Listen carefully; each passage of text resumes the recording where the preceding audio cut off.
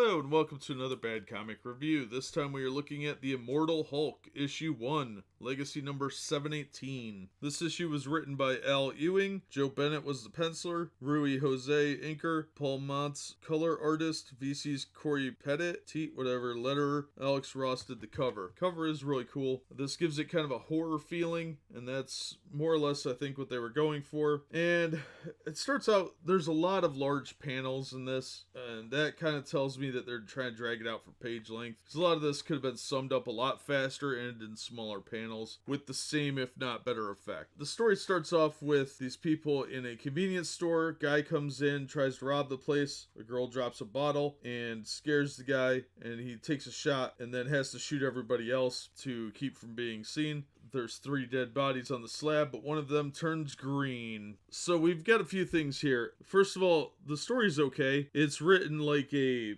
really cheap B movie, and generally that's fine. We've got this cop talking to a reporter, and they say, well, we've got blurry security footage, no real witnesses. We don't know who the one guy is, but of course it's Banner. We have shell casings, and then she says, we'll do what we can, is usually some folks in West Virginia sorting through paper records. And then they say, paper records, officer replies with CSI by way of the gun lobby. First of all, that's not true. If you're going to do searching on someone, you're going to run their fingerprints, which is done through computer, and you're going to do photo IDs and try and do facial recognition, which you can have requested through the FBI. So this person has no idea about crime procedure, but you'll notice that they said by way of the gun lobby, and that's a theme that carries throughout here, is the use of the firearm and the focus on it. Like, this kid didn't even know that the safety was off, because obviously he's an idiot because it's just a little switch. I don't know. There's a lot of anti-gun themes in here. So then we get this like really creepy conversation between the Hulk and the kid, saying that the gun feels heavier, doesn't it, when you're pointing at a person? It was heavier in the gas station, I'll bet, is the quote. Heavier than it is at the range even. You go to the range much, Tommy? Shoot at paper targets? No, it's really not heavier when you point it at a person versus a target. Perceptionally it may be, but no, it does not actually physically get heavier. Now I know what he's trying to say here, but it really doesn't change how it feels in your hand. And granted, this is a large revolver he's got, which is way too big for what he was trying to accomplish. Then it goes on about the power in your hands.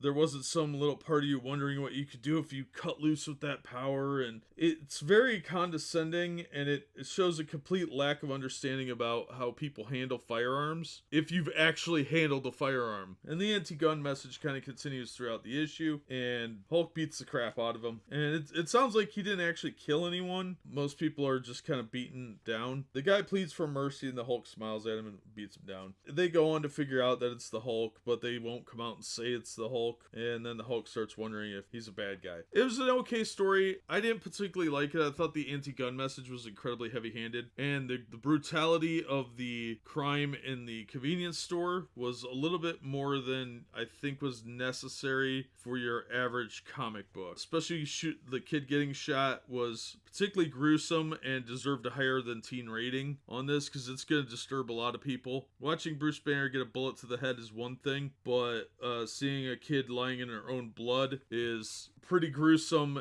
especially because it's a 12-year-old girl, and you see that panel over and over again to drive point the anti-gun thing. I think this should have had a higher than teen rating. I'm surprised there aren't more complaints about that or people pointing it out. The fact that the Hulk looked like he was about 2 stories tall, I found kind of weird, but didn't really have too much of an issue with. The fact that the Hulk is smarter now is a little strange, but whatever. It was well written, but it was a propaganda piece. So if you like horror stories, you might like it. If you like anti-gun propaganda, this is very effective and should probably be put in a Hall of Fame. But it's definitely another social justice chick track. I'm going to keep calling them that for as long as it takes to get the point across. I don't want to be preached to. I don't want that. I want an entertaining story. This was heavy-handed political stuff, in my opinion. A lot of people will disagree with that from what I've seen of other reviews on this issue, but I thought the anti-gun propaganda was pretty noticeable, and seeing the dead kid was really over-the-top effort to drive the propagandist point home. So it's very cunningly written, very well done propaganda, but it's still propaganda. And I did like the art. I thought the artist did a really good job with what he had to work with, and the story is well written. It's just well written propaganda.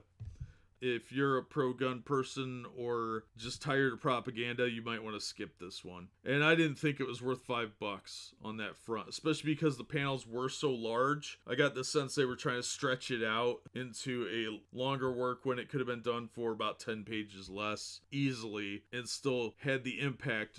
And the lack of subtlety really diminished the impact of the story too, but I don't know if I would recommend it to an average reader. And especially if you're a gun owner or a gun enthusiast, you're definitely not going to like the message here. It was pretty heavy-handed. But that'll do it for me. As always, thank you so much for listening, supporting the channel. Be sure and hit like if you like the video and consider subscribing, and we hope to see you on the next one.